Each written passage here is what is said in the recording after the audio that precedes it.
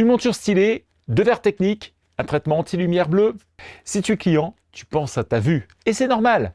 Si tu es opticien, tu penses aussi à ton chiffre d'affaires et ça, c'est tout aussi légitime. Parce que derrière chaque paire, il y a un vrai business et qui est énorme.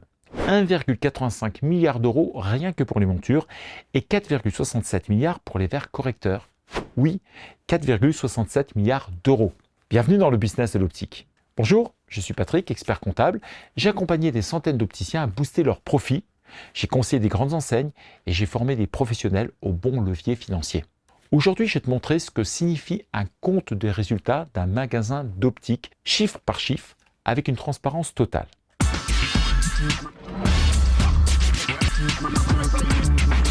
Allez, on commence. Est-ce que tu crois qu'un opticien gagne sa vie uniquement en vendant des lunettes low cost, celles à 30 € en panier 100% santé? Allez, oublie ça.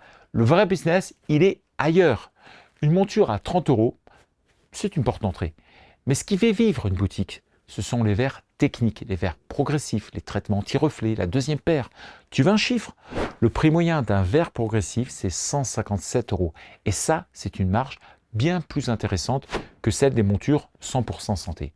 Alors, oui, on peut vendre du low cost, mais ceux qui cartonnent, ils savent vendre de la valeur ajoutée.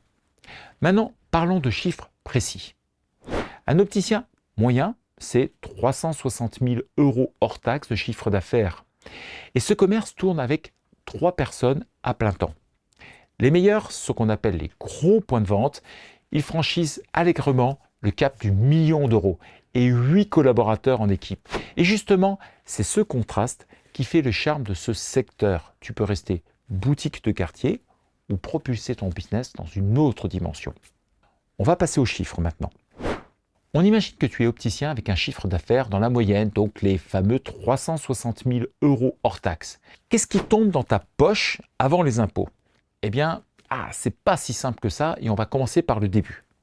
On imagine une vente à 120 € TTC. Et sur ces 120 € TTC, 20 € déjà vont partir à l'État pour la TVA.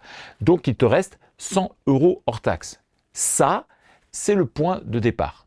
Comme on est dans le secteur optique, le taux de marge représente environ 63% du chiffre d'affaires. Sur 100 €, ça te donne donc 63 € de marge. J'ai besoin de payer 37 € auprès des fournisseurs de verres et de montures, 26 € de charges de personnel et 24 € de charges externes. Il reste donc 13 €. Ouais, ces 13 €, c'est un excédent brut d'exploitation, le fameux EBE. Ok? Mais attention, c'est pas encore du bénéfice. Il te reste encore à enlever les amortissements de tes immobilisations. En effet, tu as investi dans des machines, du mobilier, des équipements. Ces coûts-là, ils sont étalés sur plusieurs années. Pour cette vente, mettons 3 € d'amortissement. Il faut compter aussi les intérêts d'emprunt. Si tu as financé ton matériel ou ton local, compte 1 € d'intérêt. Et bien sûr, les impôts sur les sociétés, c'est-à-dire de l'impôt à 15 ou à 25%. Alors, si on reprend nos 13 € de BE, tu enlèves 3 € d'amortissement, 1 € de charges financières, 2 € d'impôt à 25%, ça on simplifie, et il te reste environ 6 € de résultat net. 6 € sur 120 € TTC. Ça fait 5-6% du chiffre d'affaires encaissé, tout compris.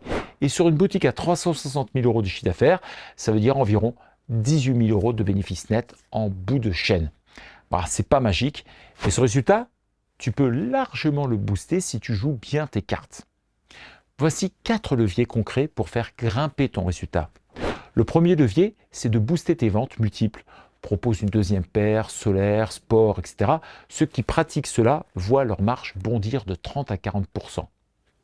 Le deuxième levier, c'est le programme d'adhésion qui permet de fidéliser et de stabiliser les revenus. Tu peux t'attendre à ce que tes clients les plus fidèles dépensent 2 à 4 fois plus par an.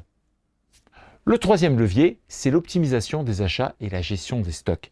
Achète en volume, mais pas trop. Limite le gaspillage pour maximiser les marges sur contact, lentilles, solaire.